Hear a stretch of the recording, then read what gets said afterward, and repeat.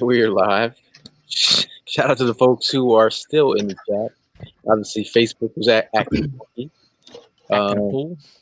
Acting funky. I mean, we also have Alex coming in today. Yes. Bringing the thunder with the made a killer grilled cheese last week, man. Shrimp po' boys. We had somebody requesting him in the chat earlier. Yeah, I was saying to Gail last night. I was like, I sent Gail a 2 a.m. text. You can put the pieces together. I'm like, yo, I want to. Exactly. I'm thinking about some Cajun cooking right now. I need Alex to come on with a recipe tomorrow. Yo, he's got a shrimp po' boy, if I'm not mistaken. I don't know nothing about no Cajun food. Isn't a po' boy just like on a long roll, like shrimp on a long roll? Yeah. Tell me. I don't know anything about Cajun. Yeah, I think you're right, Evan. Cajun is like my favorite spice. Yo, he was telling me about bringing a smoker when he comes down to Philly. When he finally get over this whole pandemic. Oh wait, the pandemic. I gotta show you guys the deer jerky. Hold on. Oh yeah. The Cowboys. Yeah, so Todd is following us over, and he wants to get this message across, man. He's telling us that Howie needs. Yes, I'm with you, Todd. Yes, Bro, nothing compares to that bread I put on the timeline. What is that? Deer jerky? We got the deer jerky, baby. Oh, baby. Is that from yesterday? Mm-hmm. My dad made probably 15, 16 bags of it. So what kind of flavoring you got on there? Or is it just Worcestershire sauce? I don't know how to say Worcestershire sauce. I don't think anybody actually knows the correct pronunciation. The jerky? Some Cajun seasoning, and then this thing called liquid smoke. And you let it marinate for about 2 days. And they put it in the dehydrator for about 24 to 30 hours, depending on how dry you want it. And it's really good. I had my girlfriend try to eat it last night. She didn't like it because it was more of the mind thing. It was the mental thing. She's eating Bambi. Deer jerky's amazing, dude. Yeah. You remind me of Walking Dead, and you see a walker just chowing on some human flesh. Like, All right, so let's talk about this. The Cowboys just kicked a field goal from the 2-yard line.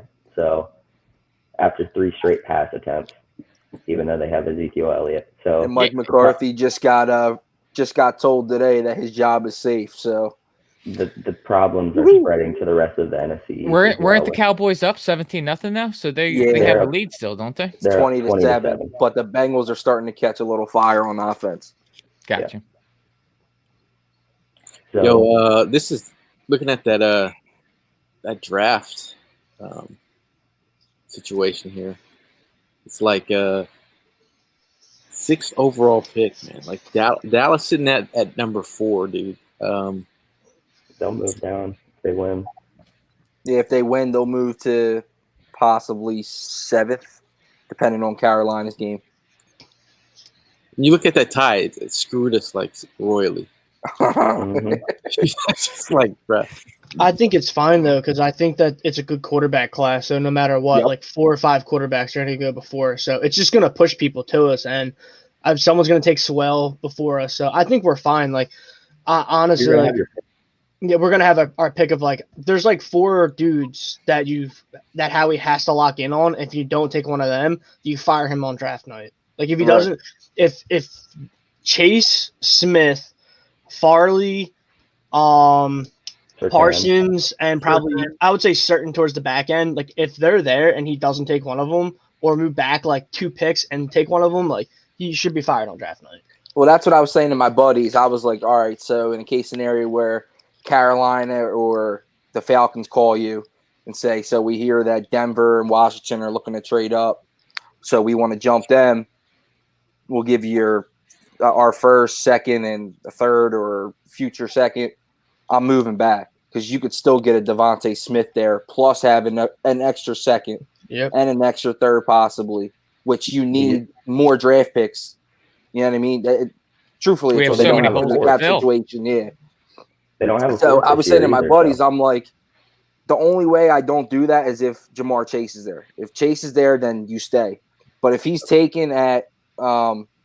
with the Bengals, if the Bengals take him because of Joey Burrow, or if the Chargers take him, which every mock draft has him taking him. If he's not there, then I trade back a couple spots for a Devontae Smith. And You just got to then get it right. Like at this point in time, like you cannot screw up. And obviously, Eagle fans across the world don't want Howard making that pick. Although he's picked pretty good in the top 10 area, but it's again You can't miss there. you though. can't. Yeah, there's a can't lot miss. of can't you can't miss there, but like second round and like third round and fourth round, like I need another guy in here to be actually making these decisions and making some of these picks, and you're just like, bro, like who's going to be that guy? But this is, I could roll up. James, one of those guys, when I compared him to Sean Taylor prior to the draft, people are like, hey, wait a minute, you can't do that. That could be a thing. Because if you're looking at this whole situation and you're like, all right, if they want a guy who's going to come in here has roots here, if he can mend fences with Howie and be the football guy, and him be the contract guy, Mend fences, right? I get what you're saying. That easier said than done. Right. Yeah, I don't think anyone's going to. Because you're also looking at the situation of like who actually wants to come here and have Howie meddling in business. Like if you're a GM guy or hoping to be the new GM, or I don't want to be the football guy, I want to be all of it. Do you want a guy meddling with your decisions? So if they're trying to figure out how to make this work with Howie still in the wings, obviously we don't want. We're all pretty much like, all right, you can move on, but Lurie's making these decisions. Yeah. So if Riddick, who has roots here, I don't know, maybe. Yeah, dude. I like Riddick a lot, and I wouldn't mind taking a shot on Daniel Jeremiah if he's willing to get out of that TV role. I think there too. Who've been here. I mean, you're looking for new, but the thing about like some people are like, why are you these media, like some of these guys have been in situations where they're they have the ear, they're listening to the whole league and concepts and what people are doing and what how are they drafting and the mindset, because you're having a conversation with these guys not thinking that they're going to be the next GM that you're going to be going up against, but it's new ideas, new movements. I mean, those guys have been tied into the draft for years. Look at Mayock. Yeah, exactly. I mean, you just know the way the league is set up at this moment. You're having really quality conversations. And Mayock's had good drafts, like really good drafts for yes, he has. Did you guys like that Farrell pick? It was a reach, but it was a reach. But other than that, what they needed. I think they needed a pass rusher. Like, but they got Max Williams too, so like the dude can draft. Like he knows what he's doing. Yeah, they got Josh Jacobs. Yeah, who a lot of people didn't really like at the pick that they took. They thought it was a reach. But he's been great. Yeah. Yes, he has. AJ said TV money is louder than free front office money. That's a fact, and that's kind of what I was alluding to whenever I kind of stepped in over AJ a little bit there for a second. Is I don't think that we pull Louis Riddick away from TV, to be honest with you, and I do trust Louis Riddick to make the proper decisions. I just don't know if we'll pull him in to come in. So I look within internal front offices right now, and I look at a guy like Ed Dodds, who's the assistant GM for the Colts, who's got to learn under Chris Ballard for the last 4 years. And prior to that, he was with Seattle during the Legion of Boom days. He's got to learn under some of the best general managers. And we're at the point where we kind of need a total teardown like the Colts did. And who better than somebody who's already been through it?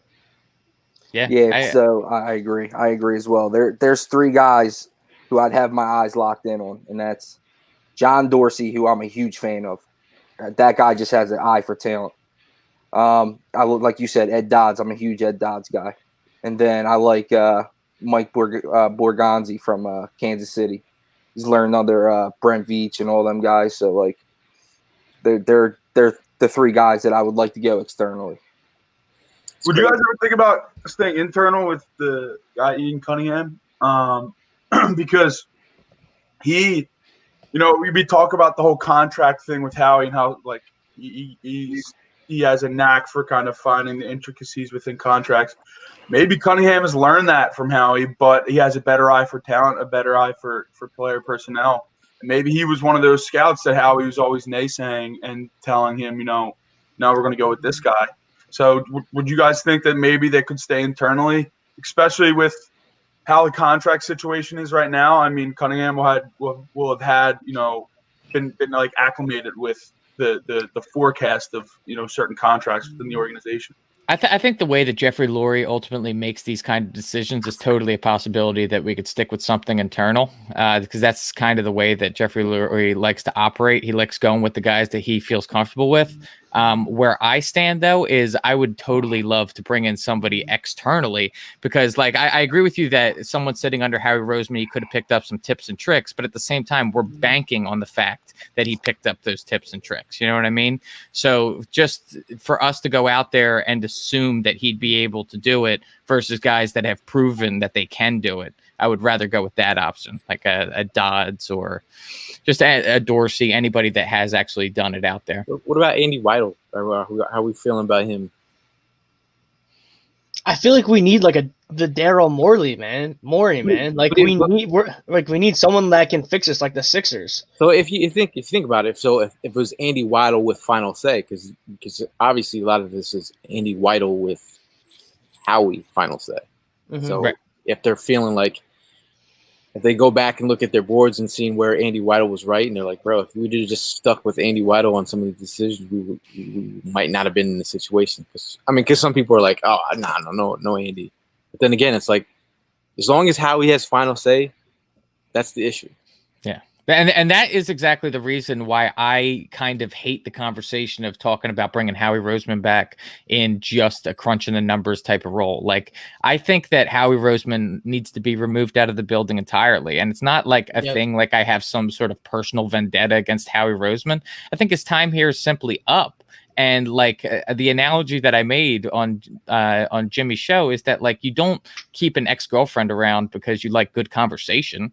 Like that's not the reason. You want to just move forward, start fresh, have a blank slate, and move with somebody who is just hasn't been around for the past 2 decades. Yeah, you get outside eyes on a situation, and like, let me put it into a military perspective. We have what we call inspector generals.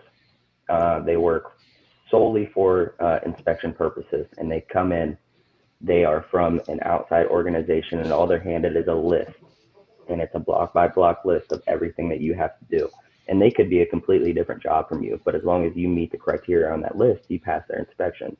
Now let's say you have a cop inspecting a cop, they're going to be more lenient towards the cop because they work in the same squadron as you. Yeah. So the outside eyes is exactly what keeps things in balance, and we haven't had that for so long that we are completely out of balance.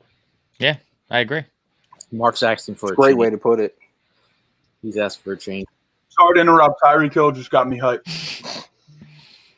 Yeah, I don't know. I feel like this, when you miss it so many times as we have in the draft over the last couple of years, it's when you're talking about putting this organization back like 3 years, like you could have been up in the Wentz era if you hit on those picks. Like when he was on that rookie contract, if you were hitting in those years, you wouldn't have to like go out and get a sleigh if you hit on Tre'Davious White. Or even like like you wouldn't have had to get Miles Sanders in that second round if you would have went and got Dalvin Cook or Kamara, or Pumphrey.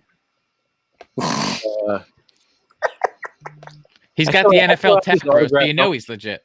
I still have his autograph helmet somewhere. Yeah, my thing is just it's like bad optics though, because like everyone's watching like national football games and like you hear Louis Riddick trashing us. You hear Malcolm Jenkins throwing shade. Chris Long's on his podcast talking to Kirk Herbstreit, and they're throwing shade at Howie and Doug.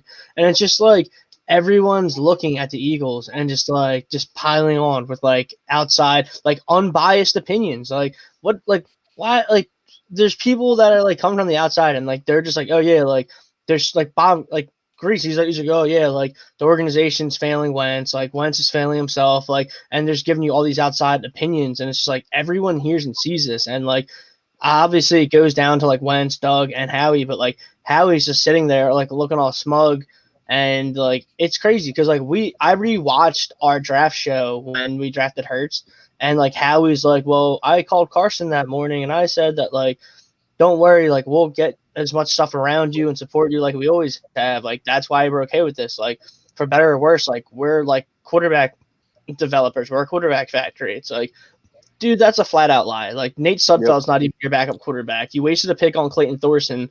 And it's like, yeah, like you've developed nobody. Like you've literally developed nobody. It makes no sense. On my desktop, I have this tweet I always look at for comedy. If I need a laugh, I just look at it. Laugh for 2 years. This third year, I'm more than ready, fam. He didn't make it out of camp. We got a little ex-Eagles news here. Douglas just got completely burnt toast by KJ Hamler. That's positive. For a touchdown? Yeah. More than burnt toast. Speaking of burnt toast, my man Darius Slay the past couple weeks hasn't been.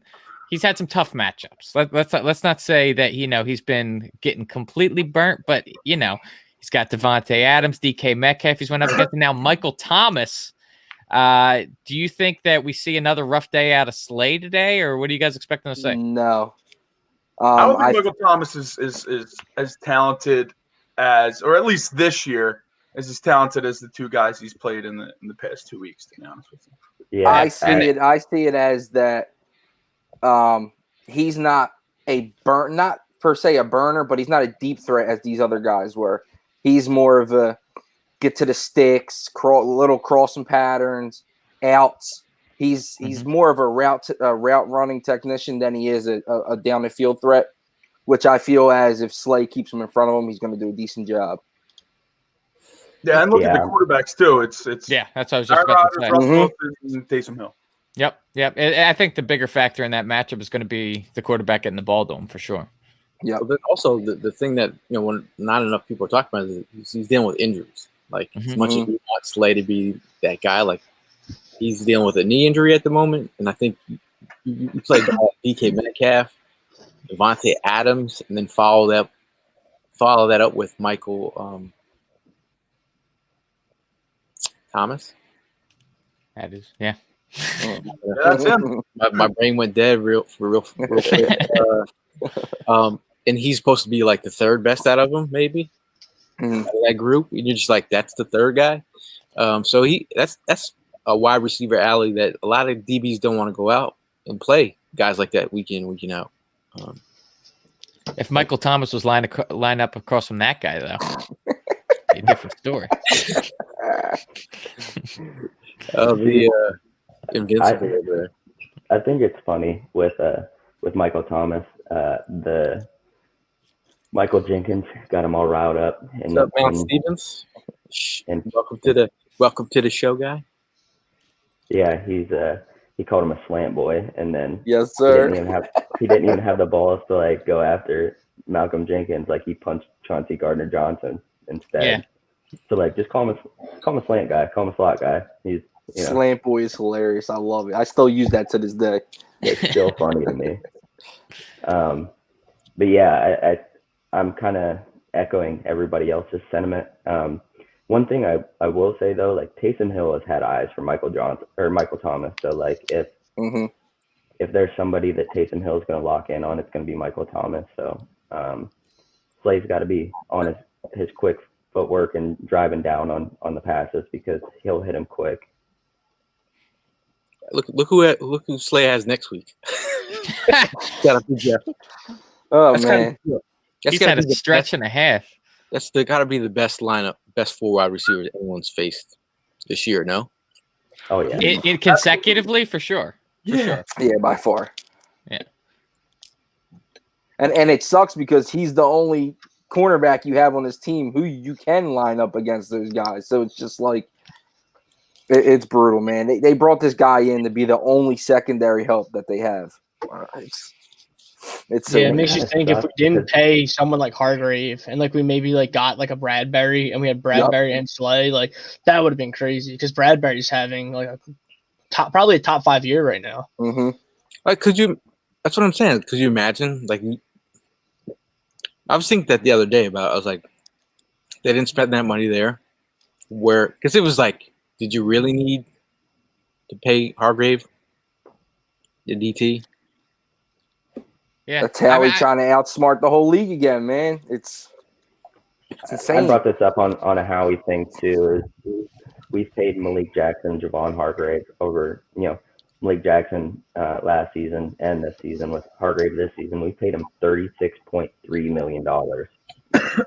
Yeah, but don't you guys think that like with the factor of doing the wide 9 and only rushing 4 linemen, don't you think that you need to have a steady rotation of guys in order to be able to create pressure? I mean, you do, but I'm just thinking that like instead of spending there in free agency, you get like Jeffrey Simmons and he's balling the hell out. Like if you needed to move up to get Jeffrey Simmons, him next to Fletcher Cox is where it's at, and you're not paying what Selko said. You know what I mean? Yeah. Yep. Yeah, it's true. $36 million. They've combined for 9 tackles, 2.5 sacks. Like that's mismanagement. Like That's I negligent. think Malik Jackson, I like what he brings to the table. Like I like his aggressiveness. I like his motor, but I just feel like I thought our Hargraves are like, all right, well they're gonna go heavy interior, okay, but like like does he fit the scheme perfectly? Well, that's what I was just about to ask. So we talked about earlier about Schwartz being a potential scapegoat at the end of the season. Do you think that this, like all of the players on the defensive side of the ball, could potentially fit a better scheme? I don't believe that Hargrave would, because to me he's a pure 3-4 defensive tackle. Why he was brought here in the beginning, I don't understand it. He doesn't fit the scheme. But saying that, it's just like, all right, if you do that, majority of your defensive line are 4-3 guys. But Hargrave is probably your only 3-4 guy in there. So to pay him all that money just it made no sense to me from the beginning. Like you said, Gail, it's just mismanagement. I mean, you could put those resources elsewhere. I think again, like you're getting paid $13 million this year. You could have like Soko said, you could have brought in a Bradbury and then had enough money to sign one of the linebackers that were out there this year. Well, Logan Ryan, like he's right, out on free agency for how long? Logan Ryan, but the money they threw at Peters and Hargraves, imagine when they did something else with that. Yeah, my whole thing my analogy for what Harry Roseman's done the last like 2.5 years since like the Super Bowl is he's tried to put Band-Aids on a concussion, if you know what I mean. Like there's underlying problems and he's literally like there's like water, like a sieve, like just like leaking out, and he's putting like a little patchwork on it. But like it's not gonna help when there's like issues like our coaches can't develop people, anyone at all. He goes, and you're drafting the wrong guys for the team. And he goes, and no matter what, like Schwartz, he still makes the same mistakes. He's terrible on third down. And then the big thing is the matchups are just like ridiculous. Like Gail, like we were there at the Seattle game last year when game on the line to go on to the next round of the playoffs, and you have Epps covering DK Metcalf, who's lit the entire defense on fire. And then this year, you have what's his fucking name? Nate Gary covering Chase Claypool, who already has 2 touchdowns. And you're just like, before the play starts, you should just call a timeout and be like, listen, this doesn't look right at all. This probably shouldn't be happening. And that's why I say like it literally is putting like a Band-Aid on a concussion. Like instead of getting like it's the same thing like Jalen Mills. Like I'm a fan of the guy. He's always been misused, in my opinion, because he's not the glaring issue at safety like he was at corner anymore. But the same thing is like, that's the best they could put out, like a 7th round converted safety at corner, and we somehow won a Super Bowl with him. Like, that's a problem. They neglected getting a corner until this year, and like Slay, yeah, he's had like the last 2 weeks have been rough, but like imagine if we didn't have Slay for those games, it would have been a massacre. Like we would have had like Calvin Johnson stats up against us, even worse than it was. And like that's what I mean though. Like they just keep missing the cue. Like Jalen Hurts, like I'm excited to see him today, but like he really shouldn't even be on our team if you think about it. Like that's another reason where like Howie Roseman causes issues where they don't have to be. I think that Jalen Hurts, the outcome could be A, you get a franchise quarterback, or B, maybe you trade him and you get some value back. But like, is that what you want to be as a team, that you draft a guy, high character, high upside, and then you showcase him for a couple games and then you trade him just for value back? That's like the thing though. Like instead of getting like quarterback and tight end were like the only 2 positions we didn't need to draft this year, and we drafted a quarterback already knowing that we already have Carson on lock with the contract. Like get a Jeremy Chin, get like something else. Like the fact that they even publicly said, the Eagles publicly said, oh, we would have taken Jeremy Chin or Dobbins instead of Hurts. Like, that makes it so much worse. Could be factored, yeah. Pete Mountain Stevens says Hurts rushing and a passable touchdown possible. A rushing possible touchdown possible. He's got 60 minutes. Against the number 1 defense, I don't know, man. We'll see. We got a cold. Dude, I feel like there has to be some rhythm that is found today, because like the Jalen Hurts project is still very, very young. It's in its infancy. I'm praying to God that Doug Peterson comes to the game with a different type of game plan today that just hasn't been seen yet, and maybe we can just catch him off guard. That's what I'm banking on. I have a question for you guys. If they go out today and they get smoked by 30, is there going to be excuses that it was the number 1 team, or is it just going to be full out? Like what do you expect Monday morning, Monday afternoon? I think that really depends on how the game plays out. If we go out there and get smoked and it's because the defense just literally couldn't make any stops all day, that's not on Jalen Hurts. You know, if he simply can't keep up with the scoring, he's playing the number 1 defense out there. If he's able to put some points on the board and the defense is completely absent, I can't put that on Jalen Hurts. So, but if he goes out there and he's as bland as Carson Wentz has been, then yeah, for sure. I just want to see like the way that he, like leads this team. Like if he comes out there and leads this football team in a manner that people weren't expecting, that's where you like, hey, we might have some. The kid's got moxie. Like the kid wasn't a shook one. Like I didn't see happy feet. He was staying in the pocket. He wasn't, he was throwing. He was smart with the football. I mean, the where he wins, I think, versus like Carson, short intermediate passes that should be accurate. Like I think he, these screen passes, these swing routes. That's all he threw a lot of those at Oklahoma, and they were accurate. Like, the part of like throwing a screen pass from Carson to some of our guys where the ball placement is low to a Djax or a Rager or just, a Miles Sanders. Like if we can get these quick hitting plays, that could be something. It's something little, but short, intermediate, hitting the first read, getting outside the pocket. That's where you could do something. Obviously, it's first-ranked defense. All right. Mm-hmm. So what I'm okay. No, it was just a quote from Nick Saban. He said, "He's just a good person. I feel bad for you all in Philadelphia if you haven't had a chance to meet him, because it's a guy that's really easy to fall in love with. That's for sure. He's a great person." And then he benched him. He can be as great as he wants, like as a person. Like exactly. If you don't put up numbers, like in all fairness, Luke, we said the same exact thing about Carson. He was an easy guy to fall in love with, and now where's he at? He's benched. Riding the pond. Yeah. So I think my whole question was based on the game that they played against the Saints last year. if you remember that game, I think that's more along the lines of I was saying if they get blown out by 30, what do you think happens tomorrow? Like, do you think, all right, for instance, the offense completely is atrocious again, and obviously the Saints get good field position, defense can't hold their own. Do you think Doug's job is just like, all right, this is it? Like, it is what it is. I think we're definitely marching towards that. Yeah, and I don't think it's more of a score thing. I think it's just the general look, like the 3 and outs, like no more of those.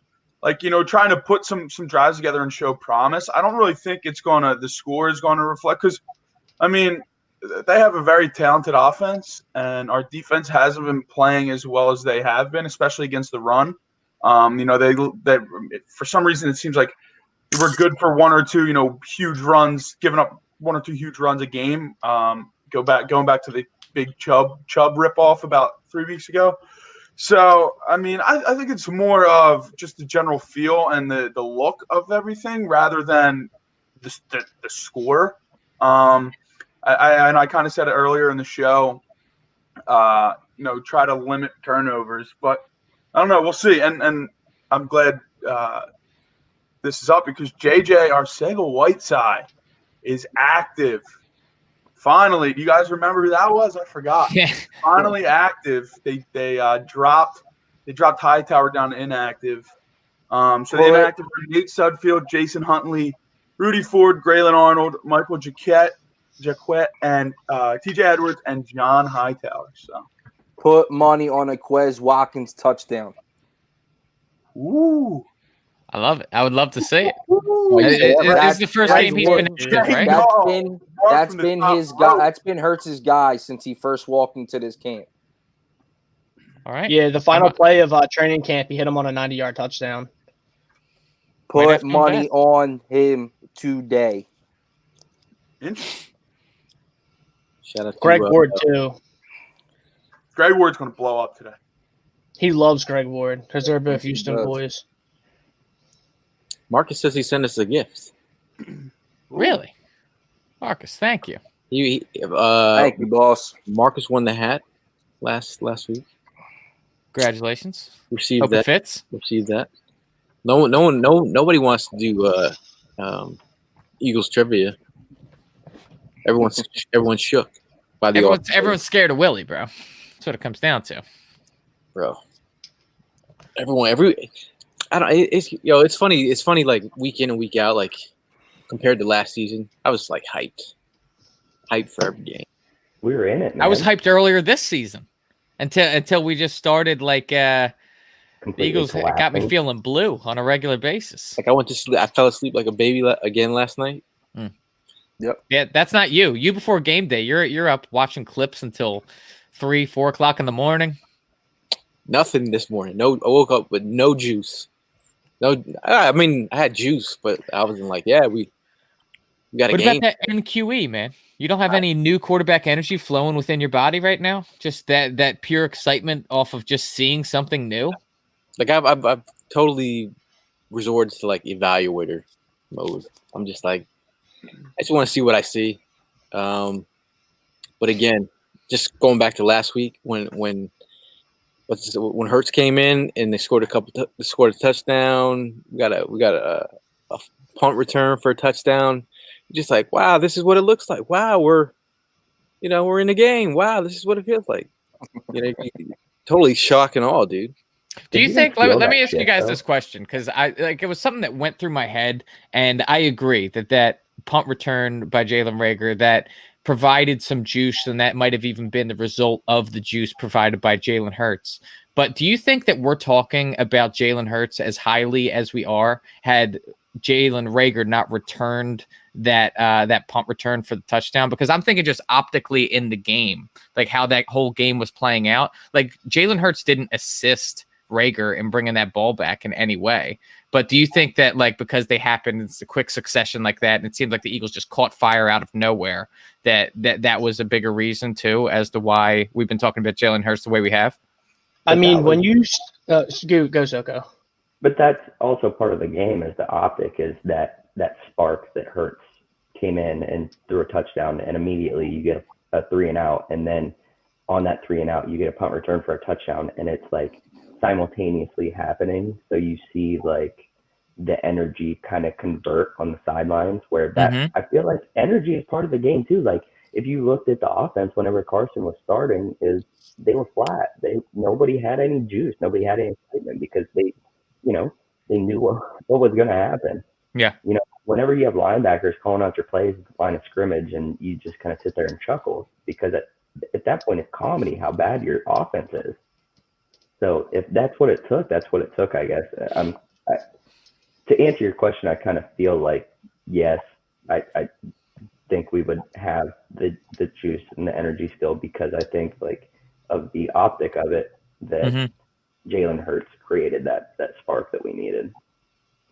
I think a big thing is that, you see the same thing when we had Nick Foles and the players talked about it, is like you as a player want to show your own pride and show your own talent. Like, listen, like I like Carson, but like I think that I could have been doing more, given better opportunities. And then like you want to show like I'm like as like Miles Sanders, Jalen Reagor, you want to be like I'm not the only problem here. Like Carson, like we're all the problem here, but like I'm going to showcase that. Even if it's like a rookie like Jalen Hurts, like I'm going to still do my job. And like people step up, like you rally, like it happens. Like when someone goes down or anything, like you're always going to step up and do something big for the team. I think that Jalen Hurts obviously added some energy. And the big thing is like optically, like you saw, like the dude's going to run out of plays that Wentz was walking to sacks. And he's going to throw up the ball. Like the ball to Reagor was great. You haven't seen that from Wentz in a while. It just completely changes the momentum of the team. That being said, they were playing a little bit of prevent, and then as soon as the Packers, it got close after the Reagor, they started playing their normal defense, and you saw the sacks, you saw the pressure, and you saw the interception, because that's like bare bones. That's what our team is right now. We're not going to always be able to protect a quarterback, and Jalen's going to be able to put the team in a better position because his legs can, and he has fresh mind and a fresh body right now. Marcus says, we had the upper hand coming into the season. Having 3 new coaches in the division with no preseason, we failed as an organization by sticking to the basics. So Marcus is basically saying we're basic bitches. I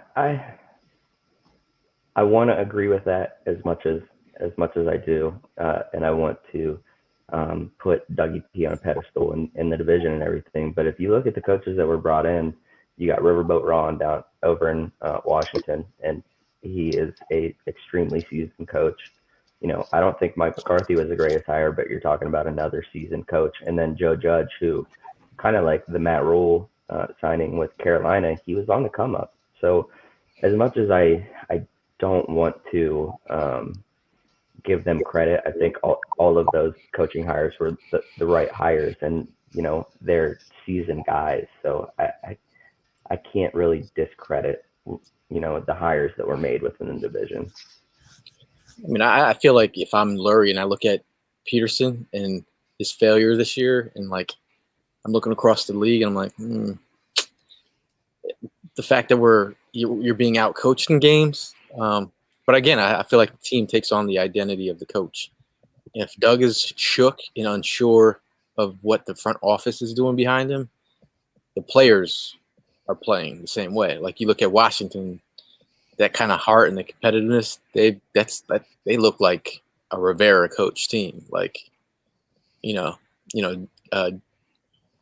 up in New York, it seems like they're doing the little. Remember like if you can take pieces of like where the Giants got their head coach from, the Belichick tree, where they do all the little things to win football games. If the Giants are now starting to do little things, they're taking on the identity of their head coach, and you're just wondering like, what is Doug Peterson's identity with this team at the moment? We knew what it was a couple years ago, but what is it now? Gail, there ain't no such thing as halfway crooks, man. Straight shook ones. Scared to look.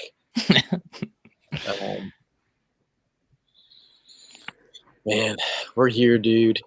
Here, where's Alex, bro? Like, are we gonna get these shrimp pulled? We're gonna go hungry today. Yo, do you guys know that Jalen Hurts is the youngest quarterback to start for the Eagles in 56 years. Yep. Yeah, by Crazy. like like a few, was it a few days or? Oh no, like that? I don't know the logistics behind it, but I did just see that. It's kind of crazy. Yeah. Yeah, young dude. Dude, and you'll realize too, Luke, as a young buck, I'm a fellow somewhat young buck. Bro, it's crazy when you see these players and they just start to get like Jalen Hurts is like 5 years younger than me. I'm sitting here talking about him. Yeah, it's like you see, like in the NBA, like players are like 20 years old, and it's just like, whoa, I suck as a person. Like, well, look at LaMelo Ball, dude. LaMelo Ball is what, 19 now? Yeah, just turned 19. It's a shame, dude. But when you get older, when you get in your 40s, I'm like, when you double up their age, Gail. Yeah. Like, you can't, like, you start wearing a younger kid's jersey. Like, really? Am I doing this? We were like, yo, why do you wear Cunningham? Like, bro, because he's old enough for me to look up to.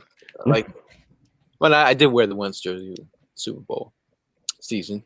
Mm-hmm. Pedrick O'Connor says, how old was Randall in 1985? For you, 24, if I remember right. Mark says it just gets worse, youngsters. You damn millennials. It's true. Time flies. Also, people don't realize that Randall Cunningham dated Whitney Houston back in the day. Fact. What? Yeah. Little known fact. Wow. Like Randall was people don't realize Randall was a G. Like he was a G. Like he was a superstar, dude. Real gangsters moving silence. He still is. The man is still for Wentz being the quarterback. Like, equivalent to, what would that be equivalent to? Like Jalen Hurts dating what, Rihanna or Beyonce? Yeah, that's big time, dude. That's big time. Swag. And Morris said, best vocalist of all time, bro. I was gonna try and sing that, but I'm not gonna. Yeah, good luck. There's only one that can. Yeah, I'm not gonna do that. Yeah, but like, remember the days like sitting here reminiscing about Randall? We were talking about McNabb earlier. Remember when we had a quarterback that we held on to for a decade or so, and we just felt confident every single week that we went out there with him? Those were the days. You see that they put out that stat about like Jalen Hurts is like, it said something about black quarterbacks, and they rattled off McNabb. Vic and Randall Randall, and excluded McNabb, and McNabb was like, "Yo, that's a lot of shade. That's crazy. That's a lot of shade. This is a lot of shade, dude. Like again, like I feel like McNabb was always had this team in the playoffs. Obviously, they didn't. They had their issues in the playoffs, winning games, but like, bro, like they named Vince Young as well. Yeah, they named Vince Young and not McNabb. Dude, are you kidding me? In the article, but it was just like in the header or in the tweet, it was like, come on, man, really? I saw someone in the comments earlier say, well, if he's comparable to McNabb, make sure he stays away from the chunky soup. Yeah. So I grew up on those commercials though, dude. That's just straight nostalgia. McNabb and his mom with the Campbell's chunky. Right. So Randall Cunningham was 22. Wow. In 1985, just shy of 23. Hurts just turned 22. Hearn wasn't even born then. What's that? 94. Bro, y'all miss out. Yeah, dude, I really I don't even remember like I wasn't a part of the whole Kelly Green thing. I think that like my whole generation, like I feel like the older generations, they kind of want to move away from the Kelly Green. You know what I mean? Away from that conversation, where I think that the younger people that never got to experience it were the ones that kind of pushed for that conversation more about having the Kelly Green as an alternate jersey. Where I think all of the older heads are kind of more content with just the Midnight Green. No, Midnight Green won the Super Bowl, man. But they also won championships though too. They just weren't called Super Bowls. Yeah, okay. I see. I like both, so I'm good with either. But the Kelly Greens are sharp, man. They are sharp. I like both. The Kelly Green just hits. This logo too is just like that logo. It's classic. Yeah. And dude, like imagine Like Kelly Green just pops, just It does. pops. imagine like a new rendition of Kelly Green. Like I feel like everybody's thinking of like the old version of the Kelly Greens. Like imagine like a revitalized one, like a 2020 version like that. I'll see it every once in a while over like Twitter or Reddit, and there's some of these ideas that some people come up with are just so fresh, dude. Yeah, Like, for real. While we're on the, go ahead, Luke, finish. yeah, no, I gotta finish your saying. I was about to say, while we're on the topic of jerseys, I mean, Jalen Hurts is good. We're going to be rocking the blacks today. I know, all Black blacks. jerseys. Yeah, Yeah. Hopefully they aren't getting ready for their own funeral. Yeah, I hope so. But I mean, usually prior to this year, the Eagles have been showing up wearing the black jerseys. Mm-hmm. I mean, and think about it, we've over the years, New Orleans has dominated us. And it started way back when in that playoff game when Lito Shepherd demolished Reggie Bush, but they still beat us. Sheldon Brown. Yeah, I'm sorry. Yes, Sheldon Brown. I legit always say that. But it's like a new wave of just it just feels different, man. It just feels good. I feel like we've closed the page on a chapter, and we're kind of opening up a new chapter here. Chapter of what? Of a new era of Eagles football. Of Eagles football. Yeah, I mean that's we got the jerseys too.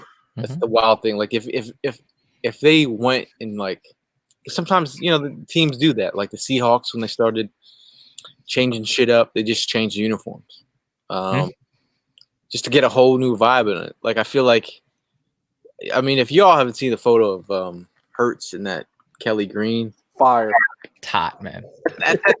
That's enough right there to make you change. I don't know. Like if that was obviously we're still here with Carson Wentz. For you Wentz stands that are really hurt in the comments right now. But anyways, I'm just saying. I'm gonna bring it up, but it's like this. This is like super clean.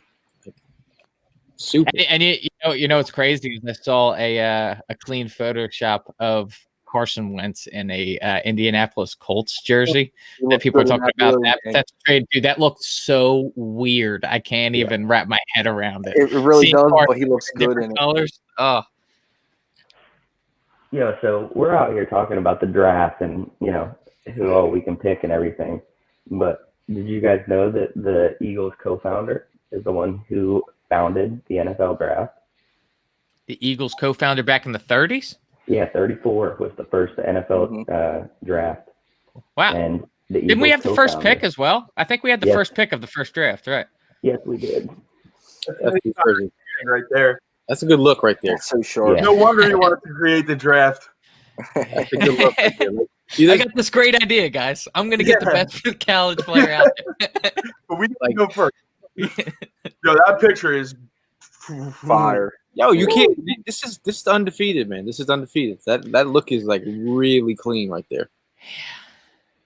Yeah, that drip swag, and that's something that we've been lacking this entire year. Some fantasy news. Deshaun Watson is out of the game. Ooh, wow, that hurt. Big loss. It's good for you, right, AJ? It's huge for me. They are down 20. And the draft used to be held in Philly. I wish it was more often, man. When we hosted it a few years ago, I was really thinking that we were going to get the bid for a few consecutive years. I was hoping that was the best, the most interactive draft they've ever had. I know it was beautifully set up. I mean, I think it looked great for a broadcast. I really liked the idea of what they were going to do in Vegas with the whole thing and what was that, like the Bellagio fountains. That would look pretty cool. I'm not going to lie, but I think Philadelphia did a very good job hosting. Oh man, we were out there, we repped super hard, dude. Like it smelled like Funyuns and like we had like I was looking at those photos of like how close we were. Yeah. Imagine in this situation, in this pandemic situation, being that close to all that many people piled up. Sitting here waiting for Derek Barnett to get drafted. Oh boy! Yeah, I was actually there like pre-4th and John, rocking my freaking Malcolm Jenkins and Chris Long shirt that you guys made with their fist raise. Yeah, dude, I was out on the steps, man, pre-4th and John rocking. I don't know if any of you saw the picture of the two guys in the Eagles tuxedos, but they're my real good buddies. Kind of. Oh yeah, I remember seeing that. I remember seeing my that. buddy Rob, my buddy RJ. They got a lot of content out of that. A lot of people were hitting them up and all that stuff. They were actually asked to go on a couple shows, but then they kind of fell through. But the one thing I remember is all of those the football like mannequins that were set up throughout, and they were headless, so you can go and take your picture. The one specific I remember was Eagles fans going up there and putting their ass on the Cowboys where the head would be. I just remember looking at that and be like, never change, Philly, never change. For real. What year was that? 18, I believe. 18, yep. April of 18. Yeah. Yeah, so I was a freshman. No, I was a sophomore in college, and I live across the Spring Garden Street Bridge. So it's like I was. Yeah, you had good views. Yeah. From the draft, so we walked. It was a 5-minute walk, and with the parade too. That was the best part. Like, oh, for sure. Literally, people were walking up and down my street all day. Like, man, you had your own bathroom, man. You know how many times I went to the depths of hell to go people probably were pissing all over our front step, and I honestly could care less because that shit was awesome. Yeah. I really can't wait until this whole COVID thing is kind of on the wraps, man. There's just so many things that we can do. And we didn't even, it makes us realize that like how awesome those things were. Because like sitting here and not doing them, it's just like, dude, this sucks. Like, I know. Like going to Eagles games, like, I mean, and obviously we all know that it's fucking awesome, but it's just that much more awesome, and it's going to be that much more awesome once we can. And it makes you appreciate things like I was just about to say that. Yep. Yeah. Hell yeah. Like we would be tailgating right now, fellas. Exactly. Then that's just what I was about to get to, is the fact that like I really do hope that we can get back to a point, because that was a big thing about what 4th and John was about, about having our tailgates, getting together before Eagles games. And I hope we can get back to a point where hopefully next year we can do something. But yeah, I mean, as of right now, it seems weird. Like anything like that, like a big gathering like that, just seems weird. I can imagine doing a pork roll right now. Oh, I crush a pork roll right imagine doing this, but like, because I know I wasn't with 4th and John before this year, so I don't really know how those tailgates had went. But imagine like doing like almost like a college game day thing where like we have this like little thing we talk about for an hour and everyone's there, and it's basically like commenting on Facebook, but you can just comment in person and exactly, say shit. Exactly. The possibilities are endless. That's why I'm hoping that we can get back to a point where we all get to hang out together in person. Yep. I mean, that's the thing. At the end of the day, like right now, where you're sitting here, like making like I got my PJs on still. Like you got to like keep yourself in check right now. So this is like in terms of the pandemic, we're in the 4th quarter. Hopefully, you're holding up 4 quarters. The vaccine is right around the corner. Got a new head coach. Hoping that everyone just stay safe for a couple more months, man. Just chill the F out, bro. Like it's like you just got to hold on for a short time coming. Yeah. Yep. Hopefully this vaccine is legit. So who's taking it first? Not me. I will. My wife's gonna have to, because she works in the hospital, so they're making all the hospital staff and all that take them. Yeah, it is what it is. So you got to take it for the military, right? Yeah, military's test rats for everything, so we'll get it first. Here's a picture of one of our tailgates. Yeah. Oh yeah, license plate. We burnt the 0 Super Bowls jersey. That was a hell of a day. That was the first tailgate after we won the Super Bowl. That was that was about 1,000. There was about 1,000 people there, dude. Yeah, that picture doesn't even do it justice, because like you go outside the frame of that picture, there was people behind the picture taker here. I mean, we were just surrounded by everybody. It was such a fun tailgate. It was a good time. Had NBC down there. It was definitely a good time. Again, I'm just excited to get back to Philly. Huh? Yeah. I'm just excited to get back to Philly, man. Like, I haven't been since the 2017 playoff run, and dude. Because I I mean, need that energy. there's nothing like being out, vibing with Eagle fans, and then it's like a huge game like that Minnesota game, dude. Like I felt like it was like insane. Like it was.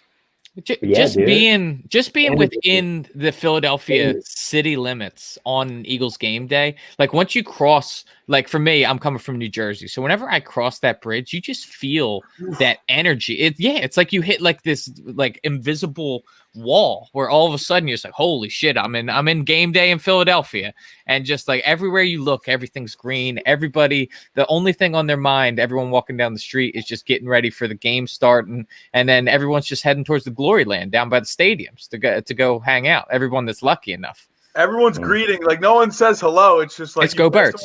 Go Birds. Go Birds. Yep. It's like, dude, this shit's fucking awesome, man. Yeah. Mora, I have that clip, Mora, but I wonder if I play it, am I going to get shut down here? Yeah, we. And off to the races is Brown. He'll score a touchdown on the final play of the game.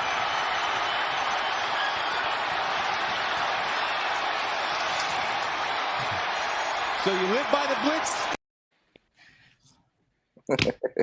We already got shut down today. Shut us Why down. would you Go do ahead. We're not fucking leaving. that?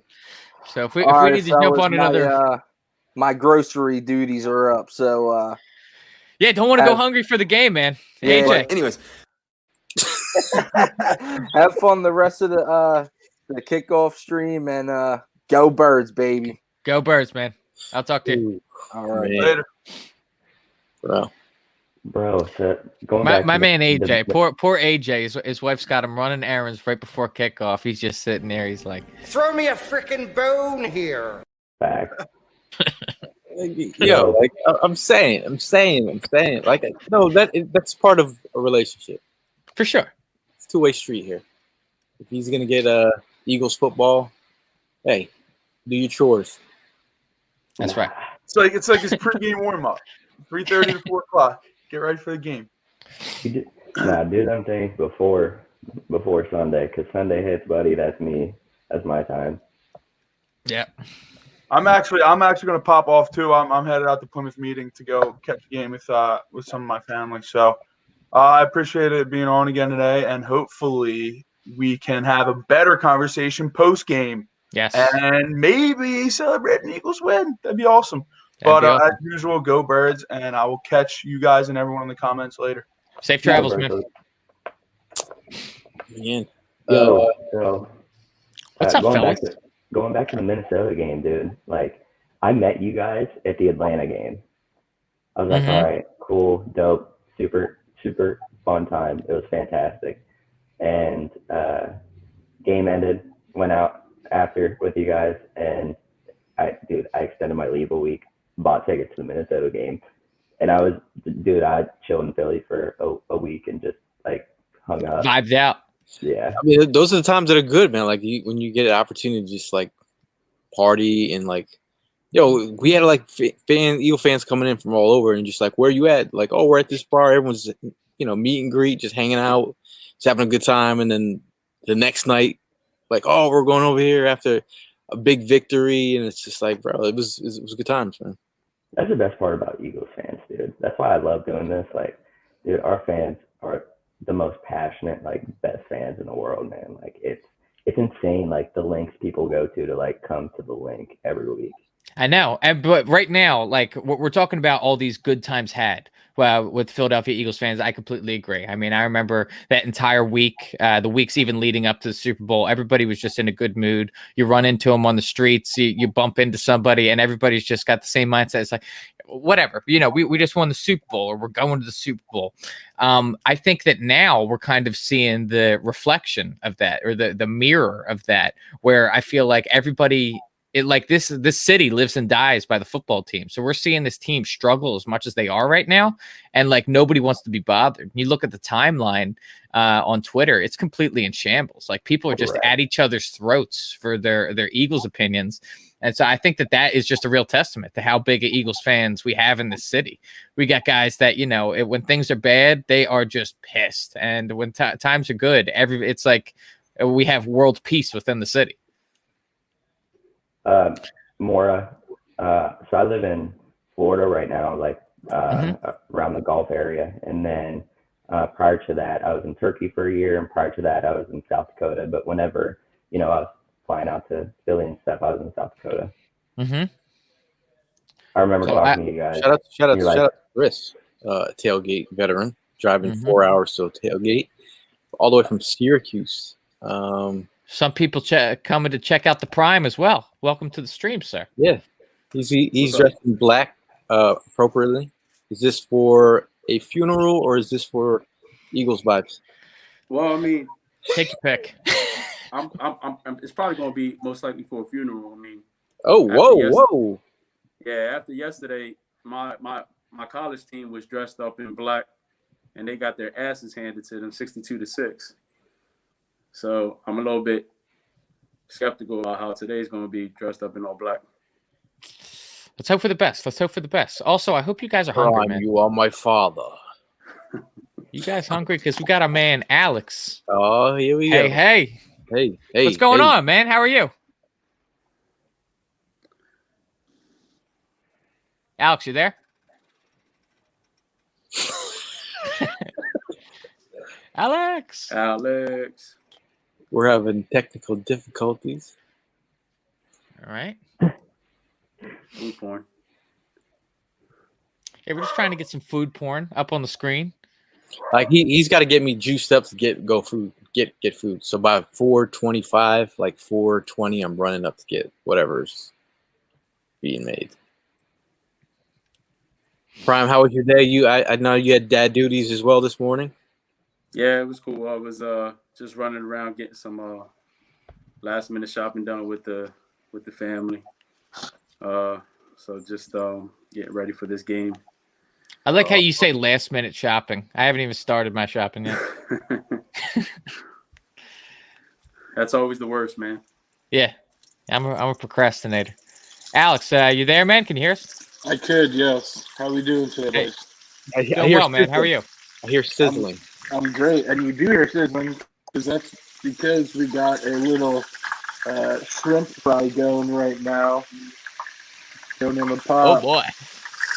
Yeah. So we're playing New Orleans. Orleans. Again, you froze real quick. Can you see some of those shrimp again? Hold on 1 second. Yeah. Just dredging my shrimp. Dredging, yep. I'm transferring my shrimp right now from a buttermilk brine to a nice little Cajun cornmeal. And what kind of oil are you frying them in? Just normal canola oil. Okay. But yeah, got some big birds there. Did some Cajun seasoning on these boys. Hey, we need a close up. We need to close up the sizzling and the shrimp there. Oh yeah. Oh, yeah, of course. When it looks good. I can't be giving you the ugly stuff. But yeah, so all you do is you cook your shrimp up real nice. Use flour, cornmeal. I did some Cajun seasoning, like I said, salt, pepper. And from here, we'll let them sit just for a second. Alex must be. Oh boy. Alex. Yep. Let's not cook the phone. Oh, damn. Okay. Nice. Yeah. Yeah, so shrimp po' boys. So is there a reason that you're cooking like 3 at a time right now versus like throwing all the shrimp in there at once? Yes, you don't want to overcrowd the pan. So what would happen is if I threw all of my cold shrimp into hot ripping oil, the hot ripping oil will no longer be hot and ripping. It would just be oil. It would cool it down. Correct. Yeah. There you go. Yep. I got you. There you go. You know what's up. I know what's up. Yeah, come on now. You throw too much in the deep fryer, everything goes cold. That's what I'm saying. When you woke up this morning, Alex? What was the vibe? Were you more excited to cook shrimp or more excited for the Eagles? I'm excited as hell to cook shrimp. Are you kidding me? I am. There's nothing more today that I'd rather do than cook shrimp. I know that we have a football game possibly going on today, but I would prefer to cook shrimp, honestly. So what do you think about the new face? And I mean, we're confident as hell in your cooking. It always ends up resulting well with your meals. But as for this new quarterback, what's your level of confidence right now? I am excited to see a little spark plug. Mm-hmm. I think that's exciting. You know, something new for us is obviously very big, especially since we've been in the same routine for the past, how many of our weeks. So that's exciting, but I don't know how sold I am on everything yet. I don't know if he's like the guy. I don't know if Carson's not the guy. I'm hoping that this is a nice little reset area, a reflection time. Let's call it a 5-minute in a walk-in just to regain our thoughts and whatnot. Right. So if you were the coach, would you be starting Jalen Hurts this game and just giving Carson a week off to get his bearings straight, or are you starting Jalen the rest of the year? I would start Jalen today, even though it is against the number one defense. At some point, even if Carson is not the guy, he's still an assurance piece of some sort. A draft pick, some sort of piece that we could use him that will be valuable for us. So, the amount of abuse that he's been getting and the amount of abuse that he continues to get, maybe we just give him a little break. Who knows? Maybe Jalen is that dude and we just go on a ripping tear and, well, now we know, right? Yeah. Now we know what's up. I don't know if I'd necessarily start him the rest of the season, see where that goes. But, today, sure, why not? What's worse? Yeah, I feel that. Hey, Prime, how you feeling on you feeling like you ready to see Jalen Hurts for the rest of the season? I'm okay with seeing him the rest of the season. Give the kid the opportunity to go ahead and audition for, a starting role. Carson's year is pretty much shot, man. I think, we just need to go ahead and give him a break, let him get his mind right. 2020 has just been a kick in the ass for not just us, but, just for him, especially for the whole organization. So I'm all right with it. I mean, I wish the kid nothing but luck. I mean, you're going against the Saints today. You got Arizona next week, and you got 2 divisional games. Hey, man, go at it. You know what I mean? Shine. Even though the season hasn't gone the way we like it to, it seems like Prime is still buying merch. Always. You can always catch Prime in the Eagle shop. Always. We're always competing with each other on new merch items. Like that, don't you? I love it. That's actual metal right there. But look at even the attention to detail to even have the fat head on the pillar in the basement. The tiny fat head to fit the pillar. There's not like a square inch missed in that basement. I still got some room to go ahead and fill up, man. A lot of people would ask me what I want for Christmas this year. I'm like, leave the Eagle stuff to me. I got it from here on out. I got a house now. Strictly Home Depot, Lowe's, gift cards. So I can go ahead and build on the house a little bit more. But the Eagles merchandise, I got that. Man, those fried shrimp are looking. They got me feeling some sort of way right now. Yeah, that's all you guys, man. I can't mess with no shrimp. You don't eat shrimp? You don't eat shrimp? What? No, sir. Why? No, sir. I had a bad experience. A kid with seafood. Period. Allergic? No, not allergic. Just wrap the greens out. Applesauce through a shotgun. Yeah, I could go in on some shrimp all day. Any sort of shellfish. I'm not big on the Gail. I know you're a big fishman, aren't you? Big fishman? You like fish, don't you? I like salmon. I thought you were a big fish guy. I fished before. bluefish. It's been a minute. Yeah. I'm really just a shellfish guy myself. I go in on some shellfish. I'll eat some lobster. I used to do a lot of bluefish until the boat I was on almost sunk in the Long Island Sound. So Dang. I haven't been out there since. Shook. I think Alex is putting on the what you putting on to keep the oil from popping up. Yeah, so I got a little cover right here just to make sure that it doesn't explode everywhere. Little pro move, you know. More like shrimp and crab. What was that? Oh, didn't you make a crab sandwich? I did. I made crab sandwiches. I'm gonna play Baltimore. I don't know if more. Check that one out. Crab cake. Mm-hmm. Yep. More says that I didn't answer on this yet, but I'm feeling better than I was when they named Hurts the starter earlier this week. I love Wentz, and I don't think the Eagles gave him a lot to work with. I'm afraid if they move on from him, he'll look way better somewhere else and still better than Jalen. At the end of the day, I want the Birds to win, but it'll be a while until I can officially be on the board with the change. Good luck to the kid. Good luck to him.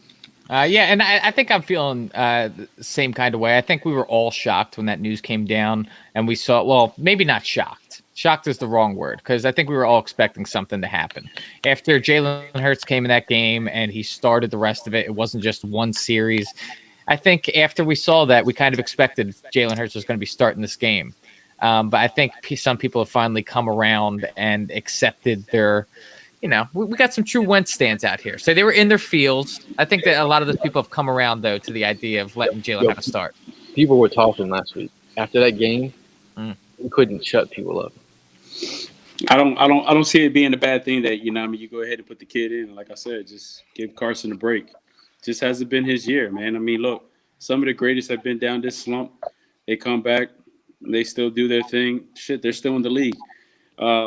I'm not shutting the door on Carson. Carson is my quarterback. I'm Carson all the way, but I'm not, Jalen Hurts is an Eagle, and, I'm here to support him as well.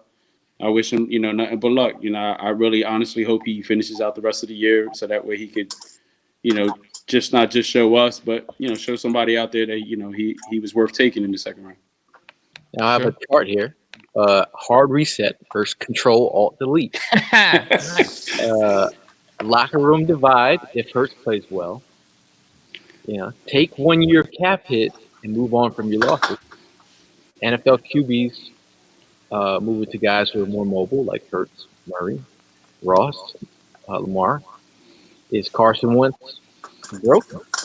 Would those be reasons? Hard reset, bringing Wentz back. It's cheaper to keep him. New coaching. Doug stays or goes, but if he stays, new offensive coordinator. Bank on the old Carson returning with improved mechanics. Locker room divide if he goes. Also, one bad season. Yeah, I mean, I think that we simply, and I've stated this before, I think that we've simply invested too much in Carson. The fact that his extension technically hasn't even started. I think that for us to move on from Carson, I don't know. I wouldn't call it a mistake yet because I think that tough decisions need to be made regardless. I understand that, we're at an impasse right now where we have to go one of two directions. But Carson Wentz, I would love for him to stick around and see what we can do with a new head coach. You're feeling the hard reset. I'm feeling, whatever the left side was. I think hard reset was on the left side. I'm more in that camp, but just because the money aspect, I know that that's the scope that Jeffrey Lurie is going to look at it through. I know that Howie Roseman is going to be telling Jeffrey Lurie to look at it through that scope as well. Hopefully Howie's gone, but I just want to see some new direction to be given to Carson Wentz and see if that can throw him out of this funk. Alex, are you in for a hard reset?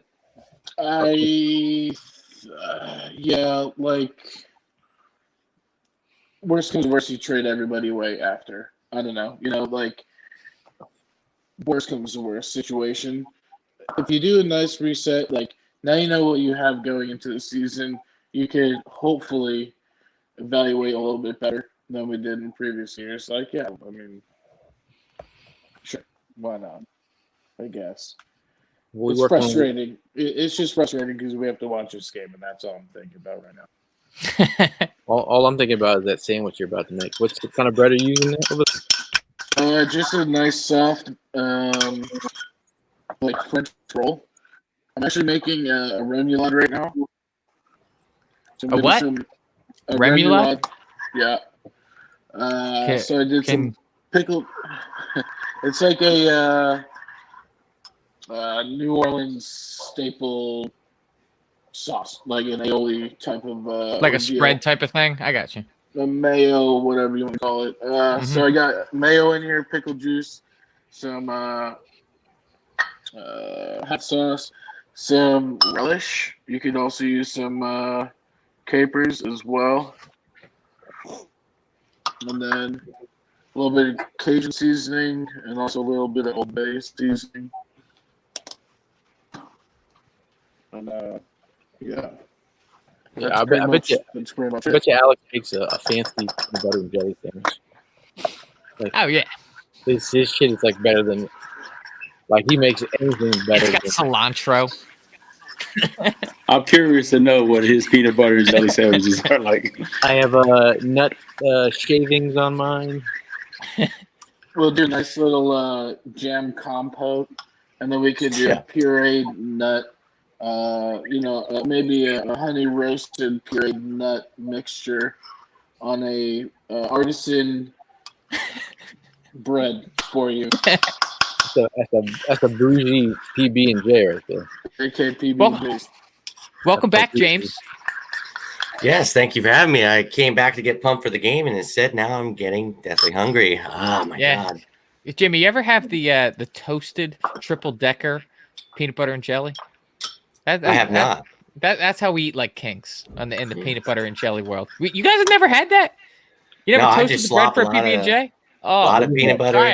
Try it out. Put in the extra 3 minutes. Toast that bread. Yeah, shit, that's the best. All right. Triple decker. Yeah, 3 layers of. Just keep stacking. Fat man special. Just give it a try, bro. Hey, Alex, I'll let you know. Asking you, what's your version of the cheesesteak? He actually made one on the show. I did make one. We made a bougie cheesesteak. That shit was so. That was fun. That's good to make. I mean, honestly, like, just hook me up at Jim's, dog. Like, that's all. I'll take a Jim's. Cheese with yeah. All right, we're not gonna have the cheesesteak debate. No, I know. You know what I mean? I could take you somewhere better than Jim's, buddy. That's fine. That's fine. Where do you go? Where do you go at? Prime? I go to D'Alessandro's. Oh yeah. I was just about to say D'Alessandro's. That's the spot. Listen, don't get me wrong. You know what I mean? You go to a Geno's, you go to a Pat's. That's after hours when you got the munchies, either whether you got your high on, your drink on, whatever the case may be. But when you want to go ahead and do the comparison of cheesesteaks, nowhere near compared to a D'Alessandro's. All right? Yeah, I said it. You take me there, and then I'll cook for the tailgate that Sunday, whatever it is. Consider it done, my friends. Consider it done. That's a deal. Hey, y'all ever been to Phillips? No, but I've heard it's really good. Phillips is good. John's roast pork, someone recommended to me. Yeah. Genix also, yeah. Hey. Yeah. I was like, wait, is that Gail? Good advertisement there, Gail. Yeah. We're not sponsored by Phillips. It's just that good. It's pretty good. There used to be a place called Frosco's. Huh? What's that? My boy Jake Wagner put me on. Yeah. There used to be a place called Frosco's I used to hit. It was like right by Frankfurt and Kottman up in the Northeast. That place used to kill at cheesesteaks. I'm not sure if they're still around though. I'm hungry, dude. Yeah. I'm making meatballs today, dude. Mm-hmm. Hey, there you go. What do you use for your meatballs? You use you think I'm gonna tell you that? Jesus, it's a family recipe. The one ingredient though, dude, I think is perfect. Is like you got to put like 25% veal, and then you got to have a tiny bit of pork, and then your ground beef. But the certain fat amount and the seasonings I put in. It's like a family heirloom. My dad used to make the best meatballs in the world, so I try to keep that going. Cheesesteaks as well, man. We should definitely make some cheesesteaks for a tailgate. You're killing me here. Like, I don't even have a cheesesteak to eat now. I'm fresh. I'm like, I know. I'm thinking like I can order one on my brain's dead, dude. on Grubhub. Grubhub. Hold on. Ooh wee. Oh yeah. We go full screen there. Send it through here. Closer. Yeah, that is an item right there. Can you take a photo of that, Evan? Yeah, I've got it. I never know which way to put it. There we go. Right there, right there. By yourself today, or what? Am I what? Are you gonna eat that by yourself today, or what? My girl's actually here. She is patiently waiting for a track to explode on. Yeah, she's very excited. Look, yo, our faces are like, ah. Yeah, I know. I'm literally like, jeez. Let me hold that up. Put this over here. Now I'm gonna order one on Uber Eats right now. The cheesesteaks from somewhere. Yeah, you're limited on your options and where you're at, though. I think the one chain of cheesesteaks I like, and when it comes to Philly, like, is Tony Luke's. I think that's okay. That's not one of the top ones. I'm just saying when it comes to like. I always do this. What's up? Yeah, people, we need a close up. Dan says that looks so good. Food's getting everyone twisted. Oh. Did we lose Alex? I think so. How could you stay and not eat that sandwich? Oh, look at that, man! But I do have that. Yeah, that's something special right there. That's something special for sure. I'm ordering a steak and cheese right now. Yeah. I got nothing. Mark's worried about you, man. He's saying no pork roll for Gail. I mean, without the tailgates, we just sit here and starve. I'm not much of a breakfast eater, to be honest with you guys. I've never been huge on the breakfast food. I like it. I'll eat it if it's there, but like to go out of my way and make myself breakfast, I've never been that guy. Wait around till lunch, then eat something. You're missing out, dude. If you're not making breakfast, you're missing out. Nah. Alex just screwed me all up, dude. I thought I was under control, and then until I saw the sandwich. Oh man, hold on. We got the cross code. Oh dear. Wow. Yeah, look at that white shrimp meat too. My God, those are some huge shrimp. Some big boys. There are some big boys. Very nice, Alex. I hope you enjoy that. How's it taste? How does it taste? Let you know. Just figure it out, I guess.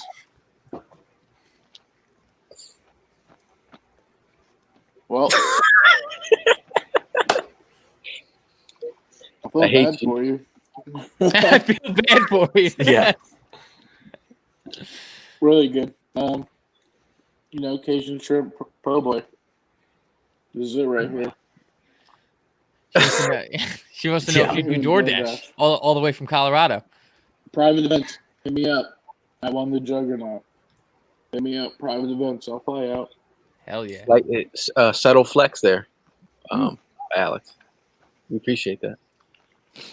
Yeah. Marcus says you can hear how crunchy it is. I know that's a good thing. Me smacking or what? But no, that's a good thing for sure. Yeah.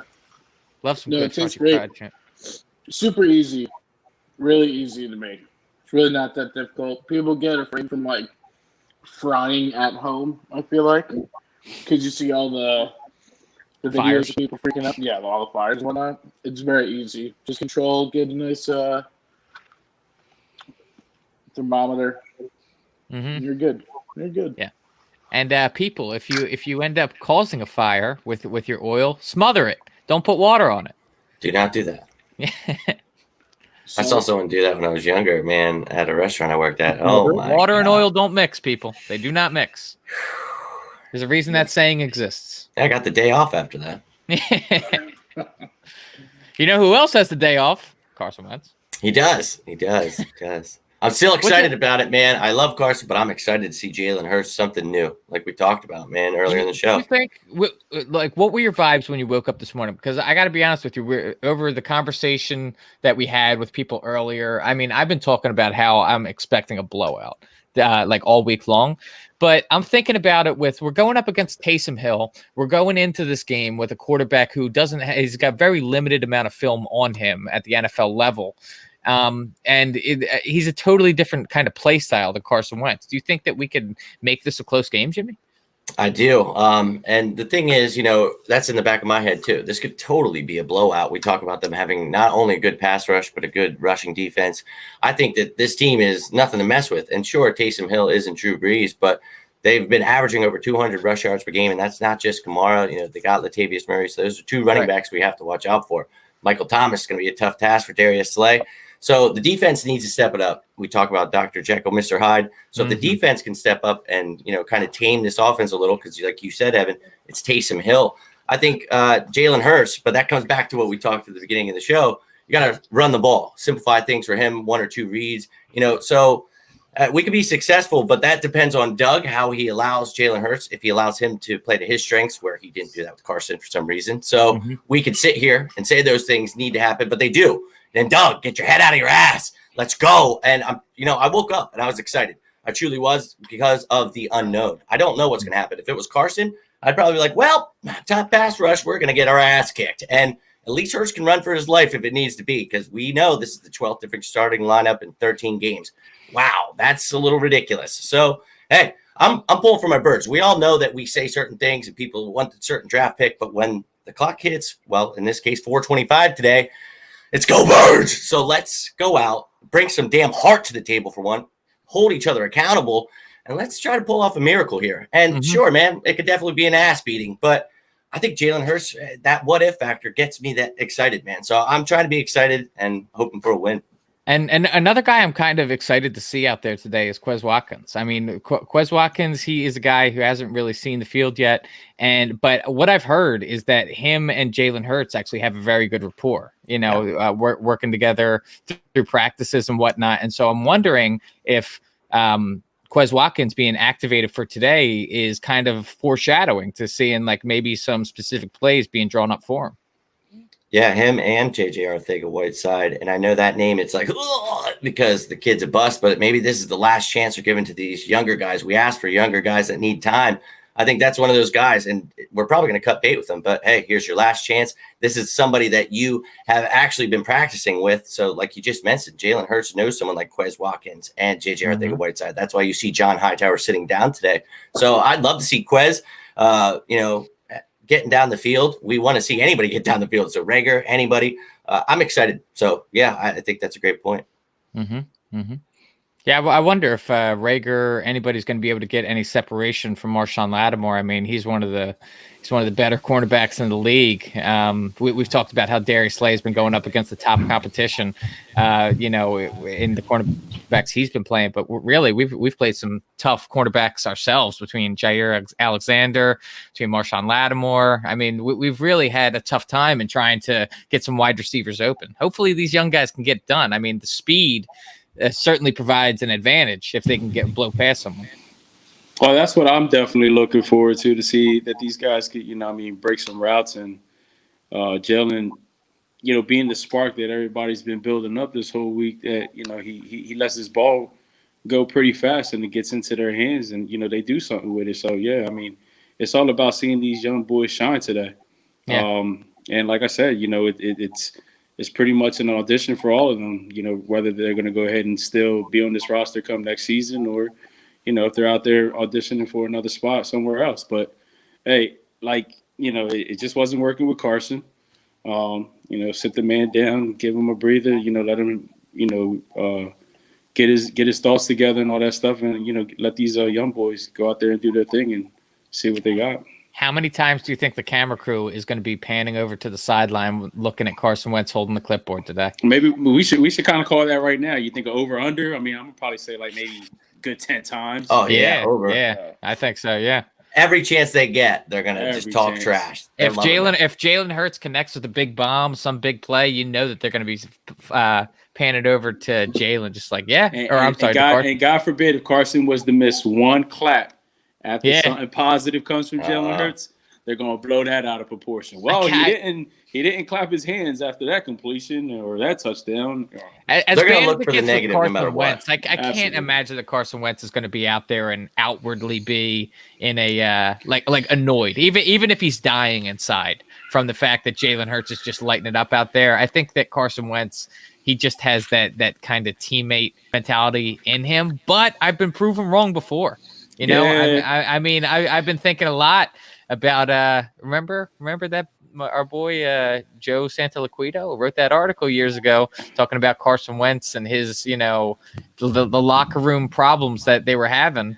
And I think that everything that's happened recently has kind of shown some light on that, and like maybe he was onto something with that. I think that he definitely was onto something, and I think as much as people hated the idea of what that meant, and the timing of it, is what it is, man. Like, what if Alshon might have said something, if it was Malcolm who could have been a voice in that locker room that they felt like so bad that they needed to get rid of Malcolm of all people. It's that you think about the changes of philosophies of like that unit on defensively. McLeod is now your leader. The elder statesman. I mean, Malcolm Jenkins, who plays a versatile role and doesn't miss plays, and you can just get rid of him. He's like the captain of your football team. Yeah, from the leadership role and as thin as we were in the linebacker position, how he was able to drop down and fill that role, to think that you could just move on without him and not miss a beat. I mean, that was pretty foolish. I think we talked about it earlier. That's a huge loss, and that was very stupid for them to think. But when it pertains to Carson Wentz, I think there's definitely a divide that we had talked about, that maybe some of the locker room feels, differently about him or whatever. But I don't think that's going to change. I agree with Prime. I think that Carson Wentz is going to be there, and he's going to be the, cheerleader on the sideline, going to be that great teammate, and I think he's going to pump Hurts up. But, the media, either way, if Hurts is balling out, then it's going to be, oh, Wentz sucks, and look at him. And if Hurts sucks, then it's going to be, oh, well, the Eagles suck. You know what I mean? So they're gonna come out of nowhere with anything, man. Yep. Oh, Carson's not holding the clipboard right way today or so. It's going to be something negative that they're going to go ahead and try to find. Yep. The other thing is, man, you hear all this negativity that he's not that teammate and all that. That's the frustrating, man. That's the frustration that I've been dealing with all week. Especially like with people at work. People in general reaching out to me like, man, come on, Carson's just not that teammate. Like, stop, man. Like you like it's you like guys when are you really reaching. Yeah, I know. And if it were true, I mean, it's kind of like when you meet a celebrity that you've looked up to for a very, very long time, and then you find out that they're somewhat of a dick, It's just kind of a punch in the he gut. goes overboard with the whole good guy stuff, and maybe that's too much for some people. I don't think it's necessarily him being a bad person. It just might rub people wrong. Right. My friend said, he said, never meet your favorite rapper. No, I think Carson's a great guy. I don't think that. I'm with Prime on this one. I think, I met some of my favorite players, and I was so disappointed. I met McNabb. Hey, Gail, man, you remember last year I geeked out. You know what I mean? I met Jose. Was he dude? Cool? You know what I mean? He was cool. And yes, like you, I met Donovan. That dude, straight dick. All right? Straight dick. Okay? I met Dawkins, dude. That was awesome. I met John Runyon at Toys R Us when it was still going on here. The man's in the aisle playing basketball, and we get a little 1-on-1 game going on. That's how cool that dude was. All right? Like, yeah, come on. But Donovan McNabb, straight dick. That's great. I'm still a little scorned. I was like, it was a closed event, so it wasn't like everybody was there. Like Joe Montana was there, Brian Westbrook was there. I mean, Michael Irvin, like Kid Cudi, like you name, like Key and Peele were there. Like, wow, everyone was cool except for Donovan. I was like, bro, come on, man, you just broke. I'm like, I'm an Eagle fan, bro. Like, I mean, come on. They had no time for me. Like, I was just like, anyway, man. I was definitely in 2012. a little heartbroken. In 2012, when the Ravens came to the Patriots, I was up in Providence, and we were in the lobby, and then I go to my room, and Ray Lewis is right there. Wow. No one's there. I'm like, oh my god, it's Ray Lewis. I gotta say what's up with my I'm gonna dad. die. I go up and I'm like, hey Ray, what's up? And then out of nowhere, there's this big bodyguard. I forget his name, but he's probably head of security, and this guy's 6'7" years old, or 6'7", monster guy, and he was the one that scared me, not actual Ray, even though he probably could have murdered us on the spot. But he looked us. I'm like, yeah, what's up? And he's just like, no, don't even talk to him. I'm like, oh, I'm sorry. I'm like, Ray, you say what's up? And he's just like, nah. And then, sorry, my bad. Don't look my way. Yeah, very. Should have yelled, "Go Birds!" Yeah, should have yelled cops or something. I don't know. He got away with one. Did he do his little dance? Yeah. No, did he? I wish he did. That'd be a lot cooler if he did that, and so it made me feel like a POS, but no big deal. Thanks to you, Alex. I ordered a cheesesteak on Uber Eats and pierogies. You're welcome. Beautiful. Pierogies. I was at I was down in Philly. I think I was at Maury's Pier. What's the name of it? Morgan's Pier? Is that the name of it down there? Anyway, I ended up running into I'm not 6 foot, just under. I ended up bumping into Joel Embiid. I've never felt like a smaller person in my entire life, dude. I just ended up walking backwards. I bump up into him, I just feel the person behind me is enormous. I just remember slowly turning around, being like, please don't hurt me. I just look up. I'm like, oh, it's Joel. What's up, Joel? I met Dawkins, and that was pretty awesome. But the person that made me holy shit was Jeremiah Trotter. I was real young, and he just made me his hand was bigger than my entire body. I felt like I was just like, nice to meet you. He was the coolest dude ever, but Dawkins was probably the best. Jeremiah Trotter is definitely that dude because his car wash, he owned a car wash that was close to my house at the time, and met him there. He was actually there that day. You know what I mean? Just a regular person. One of the things that I noticed is you treat them as a regular. Yep. They're cool. You know what I mean? You approach them with all that stardom and all that. Energy. It's they get into that defense mode. Exactly. I think I told Gail and Evan this one a couple years back. It was another dreadful season we were having. And matter of fact, it was 2016. I clearly remember because it was the game. It was right after the game that Fletcher told Carson, we're going to win this thing next year. And I met Fletch. I went to Chicky and Pete's in Cherry Hill, and we're in there watching the Cowboys and Giants game that night. And Fletch comes in with his family. He sits across from me, about 2 tables down, sits across from me, and I see him. And then the guys are like, yo, isn't that? And I'm like, yeah, that's Fletcher Cox. That's all I said. You know what I mean? I was in my zone, just let the man be. He asked me to come over and gave me a picture. He was like, yo, he went like this. And I was like, oh, so I got up and he shot a picture with me. And then before he left, he came to the table and was like, all right, fellas, have a good night. That was cool. You know what I mean? That was cool. Real cool. That's cool. I agree. Fletcher Cox, he came over when I was still in my wheelchair. I screamed at him. We was at a practice. We were on the field. He was just standing there. He came over. Yo, he signed dude. It was awesome. Him, and then I also got Howie that day. Got to meet him, but not so pumped anymore about that. At the time, I told him I was like, one day I'm going to be working with you. But what I should have said was, one day I'm going to take your job. So I had the Embiid jersey up. Embiid actually sold me the jersey. Nice. At some NBA event, they were like, Embiid's in New York. He's in Times Square. It was me and Andrew Theis, the Reese's guy. He worked in Manhattan. He's like, I'm on my way. I see him on Twitter. I'm like, what are you doing? He's like, I work in Times Square. I was like, you too. So we're running down there to try to get in line. And Joel was selling his jersey. So you had to buy his jersey. But he's like, thank you for coming out. Yeah, you know. I'm just like, this is dope, man. He was cool. But it's always cool to see your favorite athletes just be real. You know what I mean? Yeah. Be cool. And touching on what John's commenting, saying that, nicest celebrity he ever ran into was Jerome Bettis.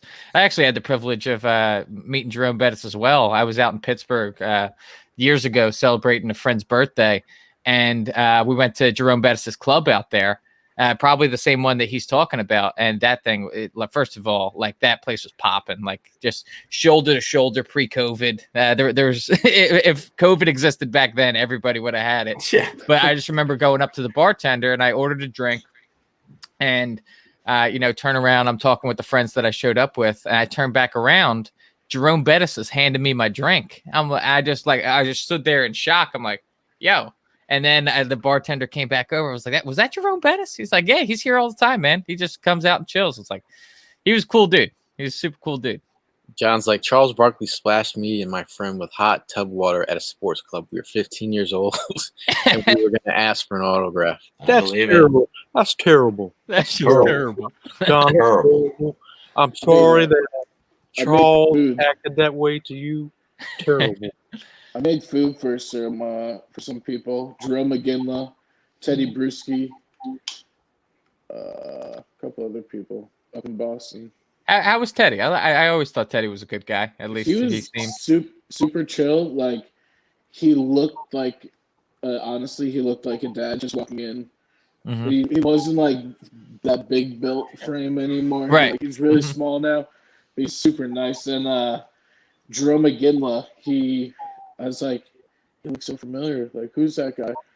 And he goes, I used to play hockey for a couple seasons. And I'm like, oh, cool. And then I'm like, couple seasons. I'm like, I know exactly who you are. Yeah. He used to be a beast 20, back in the day, man. Yeah, like only 20 seasons. Not a big deal. Food is on the way.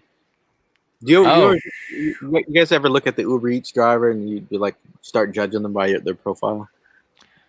Is it judging them based on whether or not they're going to be diving into your food or not? I'm a little scared. I've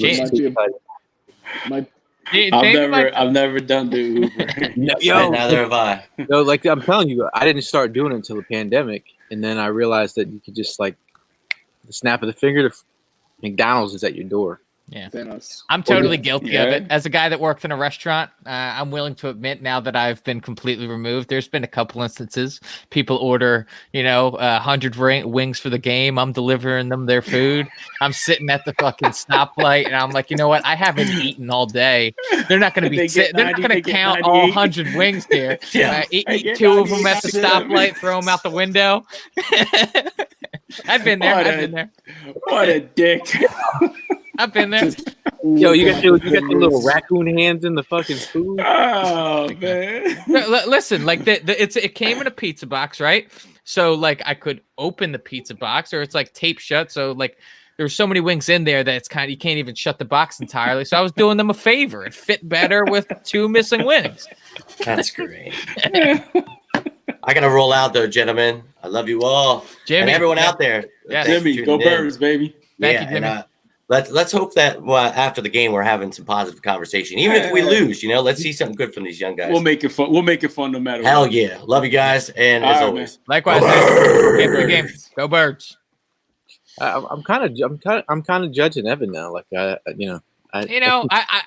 been removed from the restaurant industry long enough where I feel like I divulged that story, and maybe it doesn't come back to bite me, but who knows? I mean, that's like a really. Like I'm wondering now. Let's be real, Alex. I mean, when you're cooking in the kitchen professionally, does your hand ever before the plate reaches the customer? Have you ever? You got a taste test. Make sure things are tasting right. So what you're doing might not be a taste test. What? You might be doing a little R&D work on the side on your own time. But, what about your little dirty fingers, though? Yeah. Huh? What about your little dirty fingers up in the food? I was actually big on the people that I would deliver to. Let's just say that not all of them kept up with their hygiene. So I was big on keeping hand sanitizer in the car. Anytime I dealt with customers, I was always hand sanitizer and up because I dealt with some pretty, I'm totally judged. I've never judged Evan, but today. Hey, we do have some footage of you caught in the act.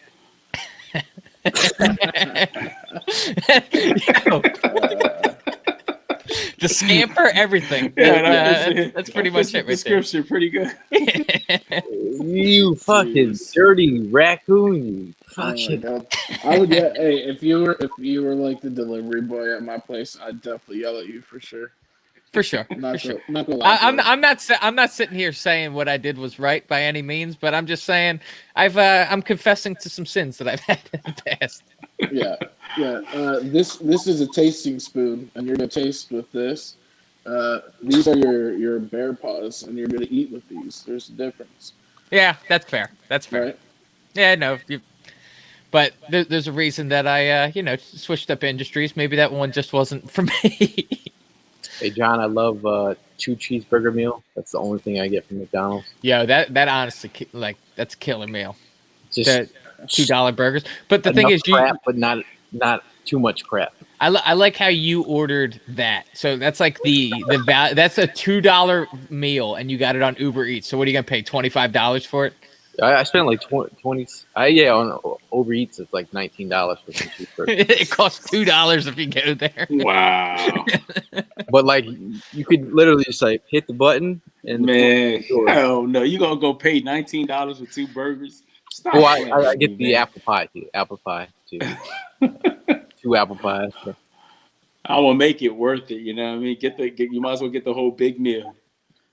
Paul says, "Do any of you visit the Italian market on 9th Street?" That's not the Reading Terminal, right? No, not the Reading Terminal. The Italian market is a nice spot. I've been there. Bought a couple stuff from the area, but like I've never actually sat there and actually ate. Mm-hmm. But it is a pretty neat place, and yeah, it's you know, I mean, I'm sure they're really going through it with this whole pandemic. So yeah, outside type of market too, right? While we're on the topic of judging right now, shade. I mean, Gail over there freakishly eating icingless Pop-Tarts. I mean, I think that's equally as alarming as me diving. When was that? Was that in the beginning of the show? Did I miss that? That was a couple weeks ago. We were all sitting here starving. Gail cracks open the icingless Pop-Tarts. But icingless Pop-Tarts. That's how you know I'm a serial killer. I was about to say that. I have you know that the Pop-Tarts that I have upstairs right now they got icing on it. Good choice. I didn't buy them though. Someone bought them. My girl bought them, but I'm like, thanks, babe. Maybe keep her in charge of that then. She'll set you straight. trying to less sugar, man. Trying to do what I can. You got to keep yourself healthy because you never know when the Eagles are going to call our number with all these injuries that we got. You got to keep yourself ready. You should make homemade Pop-Tarts. Homemade Pop-Tarts? Oh, yeah. Oh, man. That's a flex. That's a big time flex. That's a first. Not just the flex. That's a first. I've never even heard of that. Oh, yeah. Yeah, I'm getting pretty hungry, though, boys. We got some Eagles football in 5 minutes. Fucking Evans. I still can't get over the Evans stealing wings out of the fucking delivery. Yeah, and John also touched on that. I did litter. I couldn't keep the. What am I gonna do? I'm gonna put the bones back in the box. The eaten bones. I gotta toss them out the window. Got to get rid of the evidence. Okay, so like, you were right, Alex. About I should have had a buffer between my own hands and the customer's food, so a fork or something like that. I never put my lips on a customer's drink, though. It's not like I was washing it down or anything like that. You shot it for that we don't know of. Hey, we're going to do a GoFundMe for Evan so he can get some wings. I'll have to steal it. How do you want 25, 15? I mean, is that good enough for you? No. I'm going to order some wings that I can actually count. Yeah. Pro tip, do that. That's what I'm gonna do. I'm gonna order some wings that I can actually count, man. Yeah. That's like McDonald's. When I get my chicken nuggets, if I don't get 20 in there, I'm throwing a fit. I'll be counting them. Like, hell yeah, I'm counting my damn McNuggets. Like I only got 9. Is Gail gonna have to choke a bit? Before we get out of here, the stream has been all over the place, but obviously having fun. This is our tailgating analysis and food analysis. Shout out to Alex. Yeah, thanks for jumping on, Dropping man. heat today. We'll start with Alex. Any last words on the Birds? Yeah, I'm excited for Hurts. See what he's gonna do. You know, now he'll be on video a little bit more, so we could check him out, and the whole league could check him out if it's trade bait or whatnot.